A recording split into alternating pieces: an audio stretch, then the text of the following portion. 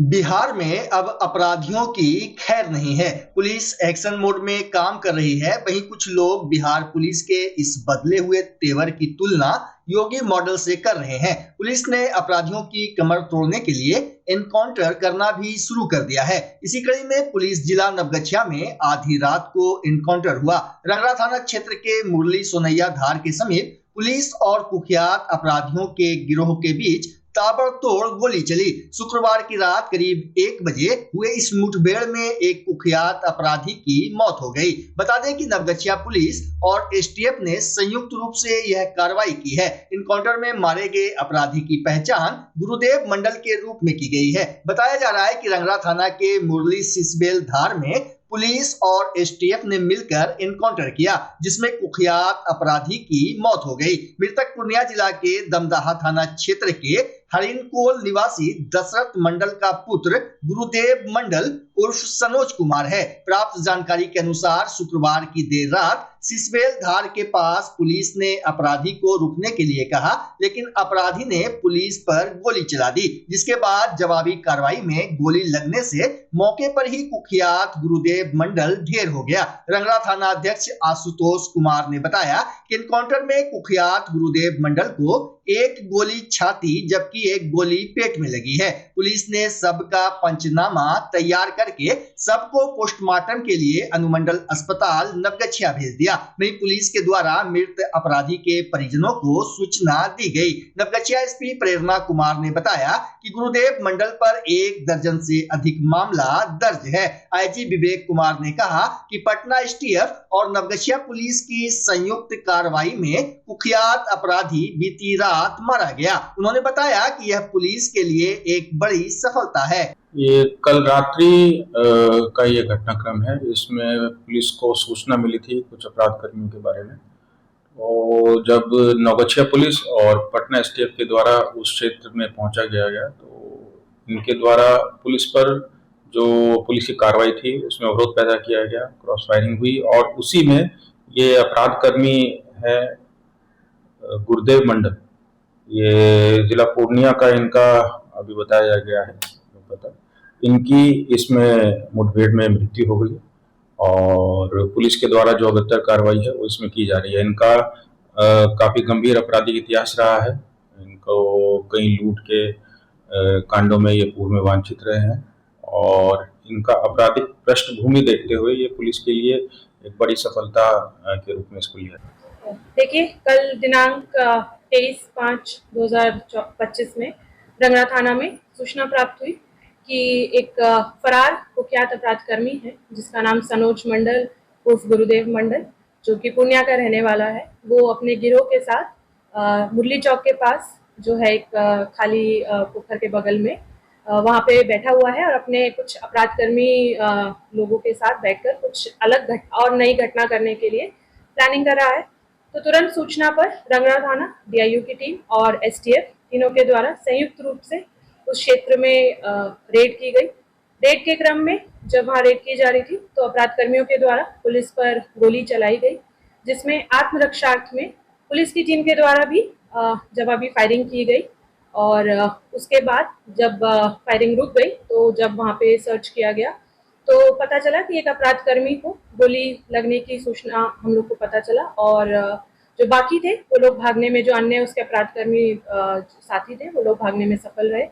तो तुरंत ही उक्त अपराध कर्मी को अस्पताल लेके जाया गया और वहाँ पे डॉक्टर के द्वारा बताया गया, उसको मृत घोषित कर दिया गया। वही उक्त अपराध कर्मी सनोज मंडल उर्फ ये गुरुदेव मंडल है। और इसकी जो है आपराधिक इतिहास हम लोग के पास अभी जो उपलब्ध है वो करीब 15 केस है हमारे पास, जिसमें ये फरार था। और इसमें जो पूर्णिया जिला है और जो आसपास के और जिले हैं उनसे हम लोग आपराधिक इतिहास की मांग कर रहे हैं और आगे की कार्रवाई की जी। एफएसएल की टीम को भी बुला लिया गया था। एफएसएल रात में ही आया, वहाँ पे उन्होंने अपने एज पर जो प्रोसीजर होता है उन्होंने अपना जब्ती किया है, अपना वीडियो बनाया है। तो उसमें अभी जो फिलहाल है उसमें एक कार्बाइन है और एक कट्टा है जो आर्म्स में रिकवर किया गया है उक्त अपराध करने के।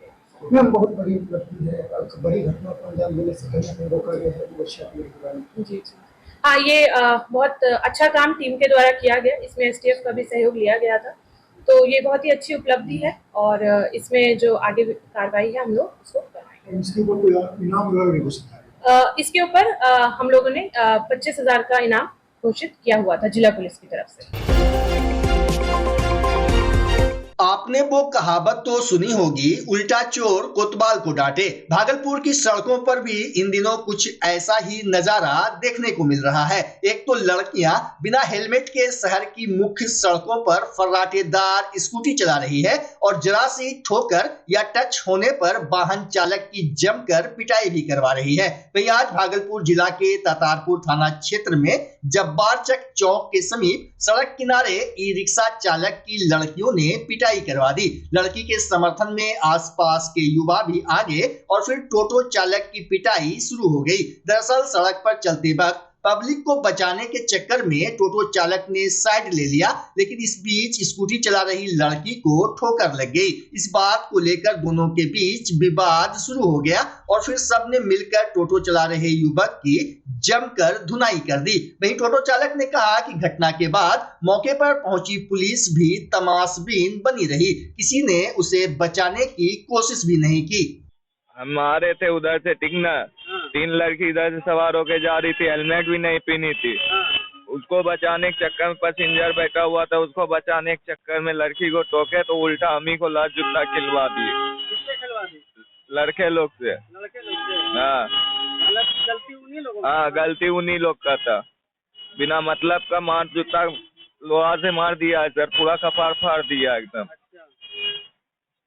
हाँ, पुलिस वाला लोग भी कुछ नहीं किया, सब देख रहा था यहाँ पे। हाँ, तमाशा बना हुआ था। सौरभ। भागलपुर के सदर एसडीओ धनंजय कुमार का तबादला बिहार के खगड़िया जिला में होने के बाद उन्हें विदाई देने वालों का सिलसिला लगातार जारी है। शनिवार को अनुमंडल कार्यालय सभागार में एसडीएम धनंजय कुमार को समारोह पूर्वक विदाई दी गई। इस दौरान उनके कार्यकाल की सभी ने जमकर प्रशंसा की। City DSP, law and order DSP, magistrate समेत कई कर्मियों ने कहा कि सर हमेशा सकारात्मक ऊर्जा के साथ काम करते हैं, हम लोगों ने उनसे बहुत कुछ सीखा है। बता दें कि धनंजय कुमार को खगड़िया सदर की जिम्मेदारी मिली है। सदर एसडीओ धनंजय कुमार 6 सितंबर 2021 को भागलपुर में ज्वाइन किए थे। इसके बाद वे करीब 44 माह भागलपुर में रहे। सदर एसडीओ धनंजय कुमार ने भागलपुर जिला में अपने कार्यकाल के दौरान 3 डीएम देखे। कोरोना महामारी, बाढ़, चुनाव, नाथनगर क्षेत्र में आगलगी की घटना, परबत्ती में पथराव, ऑटो टोटो चालकों का हड़ताल, विधि व्यवस्था जैसे कई मामलों में उनकी भूमिका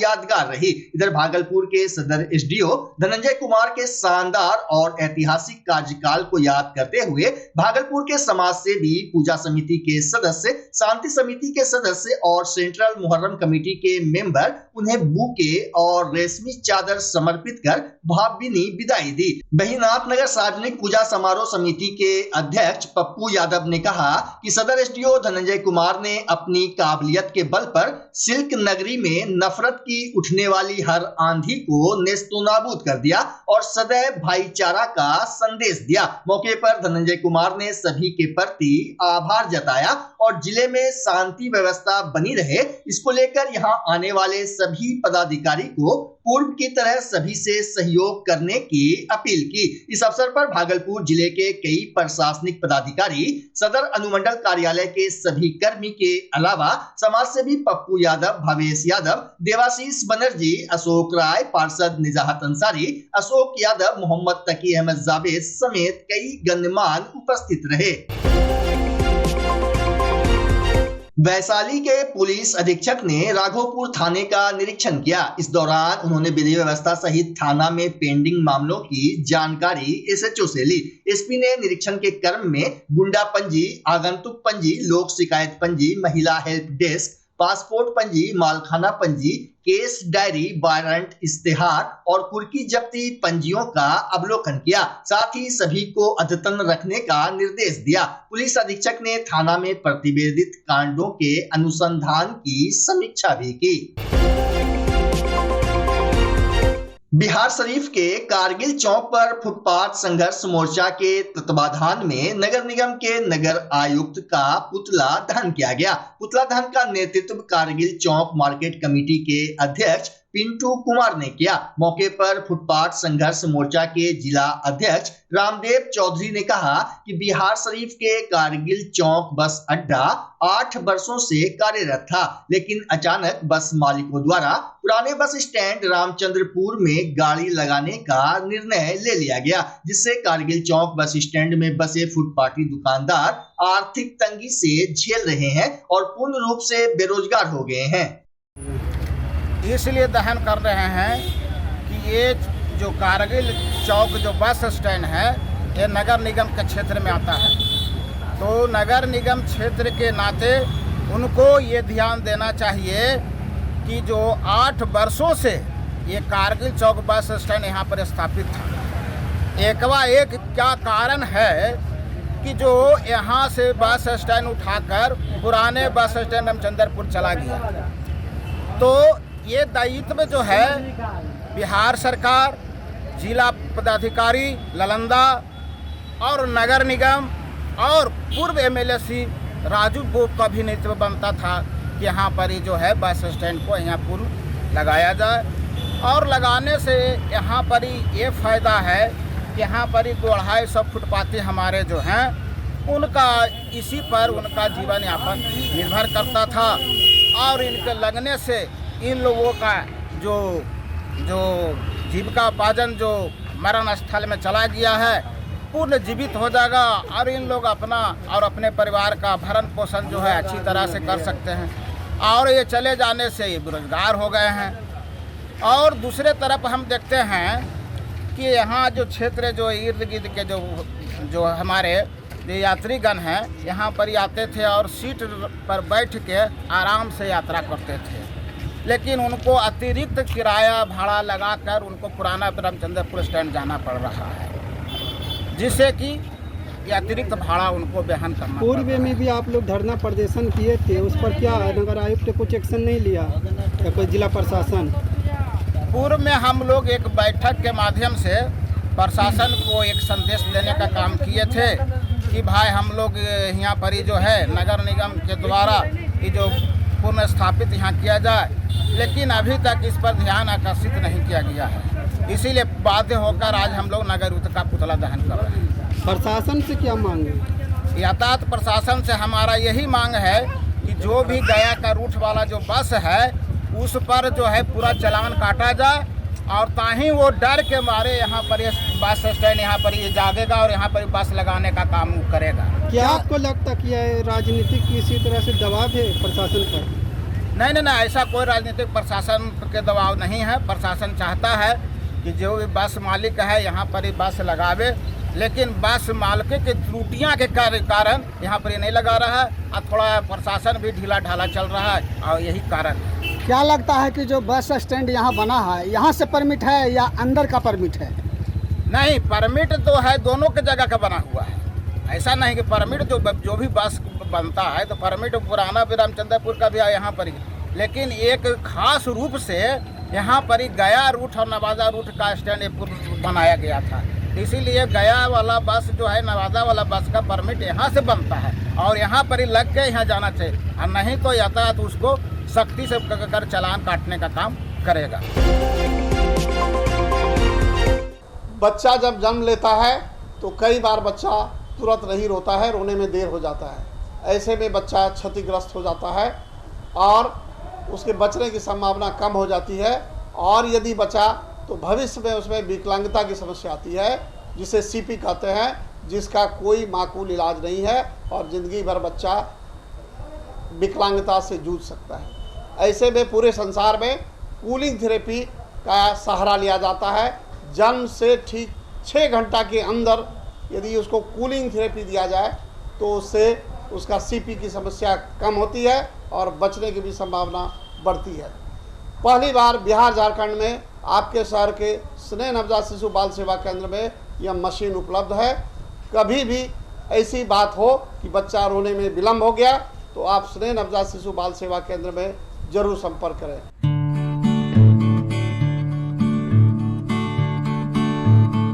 घर शिफ्ट करना हो या ऑफिस रीलोकेट करना हो, मेक माई शिफ्ट के साथ अपने सामान को सुरक्षित पहुंचाइए कहीं भी कभी भी। मेक माई शिफ्ट देते हैं residential and office relocation, long distance relocation, heavy machine shifting, packing and moving, international and intercity moving, car transportation जैसी ढेरों best services. Make my shift packers and movers. For bookings call 8298-181-018 या log on करें www.makemyshift.in। Rinku LED bulb, एक बार लाओ और चलाते ही जाओ। हमारे एलईडी बल्ब्स है क्वालिटी में नंबर 1 और एनर्जी एफिशिएंट, जो रखे एनवायरनमेंट और आपके बिजली के बिल दोनों का ख्याल। रिंकू एलईडी बल्ब के साथ एनर्जी बचाओ और बिल घटाओ। ये है पावर सेविंग लाइट जो चले लंबे समय तक और रखे आपके घर को रोशन। हमारे यहाँ एलईडी लाइट्स मिलते हैं एक व्यापक रेंज में, जो आपकी हर जरूरत को पूरा करेगी। लेकिन यही नहीं, हमारे एलईडी लाइट सिर्फ चमकदार नहीं बल्कि एनवायरनमेंट फ्रेंडली भी है। तो आज ही लाओ रिंकू एलईडी बल्ब और पाओ 1 साल की वारंटी का भरोसा। रिंकू एलईडी बल्ब्स, नई जनरेशन के स्मार्ट बल्ब्स। आज ही संपर्क करें 8651063786 या मेल करें rinkooledbulb@gmail.com। हमारा पता असाननपुर, भागलपुर, बिहार 812002।